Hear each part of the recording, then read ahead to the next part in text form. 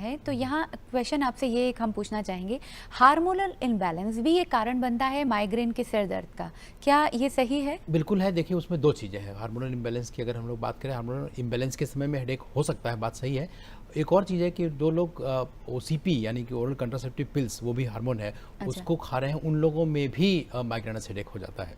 Okay. तो इसलिए hormone निश्चित रूप से संबंधित है माइग्रेनस हेडेक से। लेकिन अगर डॉक्टर देवाशीष ऐसे आपको फ्रीक्वेंट सिर दर्द होता है, आप अभी आइडेंटिफाई नहीं कर पाए कि वो माइग्रेन है, तो डॉक्टर से परामर्श लेना चाहिए। डॉक्टर भी कैसे डायग्नोस करेगा इसे? तो उसके लिए एक इंटरनेशनल हेडेक सोसाइटी के कुछ क्राइटेरिया है, कुछ प्रावधान हैं, जिसके वजह से हम उनको लिस्ट आउट करते हैं कि क्या क्या प्रेजेंट है, जिसमें एक ड्यूरेशन हो गया, फोटोफोबिया हो गया, फोनोफोबिया हो गया, रेस्ट्रिक्शन ऑफ एक्टिविटी हो गई। तो और इसके साथ साथ कुछ हमें लाल संकेत कहते हैं, रेड फ्लैग्स, जो बताते हैं कि ये माइग्रेन ना हो, कोई सेकेंडरी हेडेक हो सकता है, मतलब अंदर ब्रेन के अंदर और कुछ भी हो सकता है, जैसे इन्फेक्शन हो सकता है, ट्यूमर हो सकता है, वो भी हेडेक कर सकता है, और वो भी बाहर से माइग्रेन जैसा लग सकता है। तो वो लाल संकेत क्या क्या है? जैसे है कि पहली बार आपको बहुत तेज दर्द हुआ, कभी हुआ ही नहीं, और पहली बार हुआ और अचानक से बहुत तेज हो गया, इसको थंडरक्लैप हेडेक कहते हैं, तो रेड फ्लैग है, तुरंत डॉक्टर के पास जाइए। सेकेंड, अगर आपका हेडेक में ऐसा हुआ है कि वॉमिटिंग पहले ही हो गया हेडेक का, अक्सर माइग्रेन में जो वॉमिटिंग होती है वो जब हेडेक तेज हो जाता है तब होती है, लेकिन अगर वॉमिटिंग पहले हो रही है आपको, तो वो एक रेड फ्लैग है।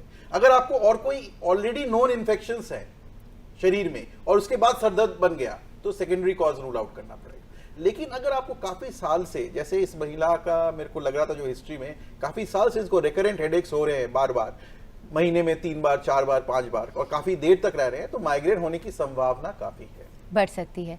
यहाँ पर जो वन ऑफ द रीजन है जिसे हम माइग्रेन का सिम्टम भी कह सकते हैं, इज ऑरा। अगर आपको विजुअल डिसऑर्डर है तो this can lead to migraine and this can be the reason of migraine. Visual disorder से तो माइग्रेन ऐसे नहीं होगा। विजुअल डिसऑर्डर अगर हम समझे, मतलब आंखों की रोशनी की परेशानी है या चश्मा लगाने की दिक्कत है, इनसे अलग प्रकार का हेडेक होगा। जैसे अभी जिक्र हुआ कि आपको रोशनी से परेशानी होना शुरू हो जाता है सिर दर्द में, अगर आपको हल्का सा हेडेक भी है या बहुत रोशनी से आपको हेडेक होना शुरू हो गया, तो क्या ये माइग्रेन ही है या आंखों की बहुत रोशनी से हेडेक होने के बहुत से कारण हैं। अच्छा। उसमें जो है मतलब आयरोडिसाइक्लेटिस भी है, बहुत से अन्य कारण हैं जिसमें तेज रोशनी से सर दर्द शुरू हो जाता है, वो एक अलग कारण है।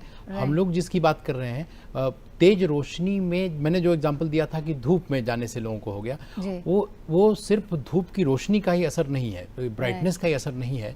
बहुत सारे फैक्टर्स हैं जो कि तेज धूप में कुछ देर तक खड़े रहने पर प्रभावी होते हैं, तो इसलिए उनको माइग्रेन प्रेसिपिटेट हो जाता है। तो प्रेसिपिटेंट की बात कर रहे थे हम लोग। आपने जो सवाल पूछा कि हेडेक रोशनी की वजह से हेडेक हो गया, रोशनी की वजह से माइग्रेन हो गया, ऐसा डायरेक्टली कोई विजुअल डिसऑर्डर होके माइग्रेन हो गया, ऐसा नहीं।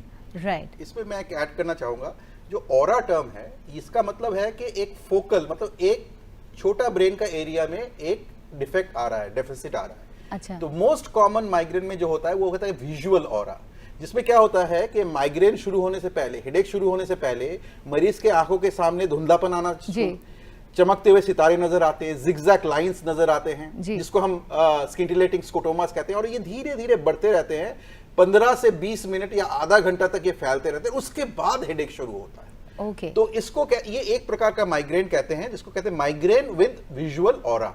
ओके। इसी तरह हाथ में झंझनाहट हो सकती है, जिसको सेंसरी ऑरा कह सकते हैं। इसी तरह बोलने में दिक्कत आ सकती है, उस समय शब्द नहीं महसूस होते, क्या शब्द बोलूंगा, तो उसको डिस्फेजिक ऑरा कहते हैं। तो इस तरह के छोटे छोटे न्यूरोलॉजिकल डेफिसिट होते हैं, लेकिन ये सब सामयिक होते हैं, ट्रांजिएंट होते हैं। उसके बाद जैसे ही टाइम निकलता जाता है, जो हेडेक आता है, और उसके बाद यूजुअल माइग्रेनस फीचर्स आते हैं। और दूसरी बात जो फोटोफोबिया की बात है, फोटोफोबिया का डेफिनेशन ये नहीं है कि तेज लाइट, नॉर्मल लाइट, जो घर का लाइट है, नॉर्मल ट्यूब लाइट, बल्ब, उससे दिक्कत होना, उससे भी आप डिस्कम्फर्ट फील कर रहे हैं। हम कैटेगरी करते हैं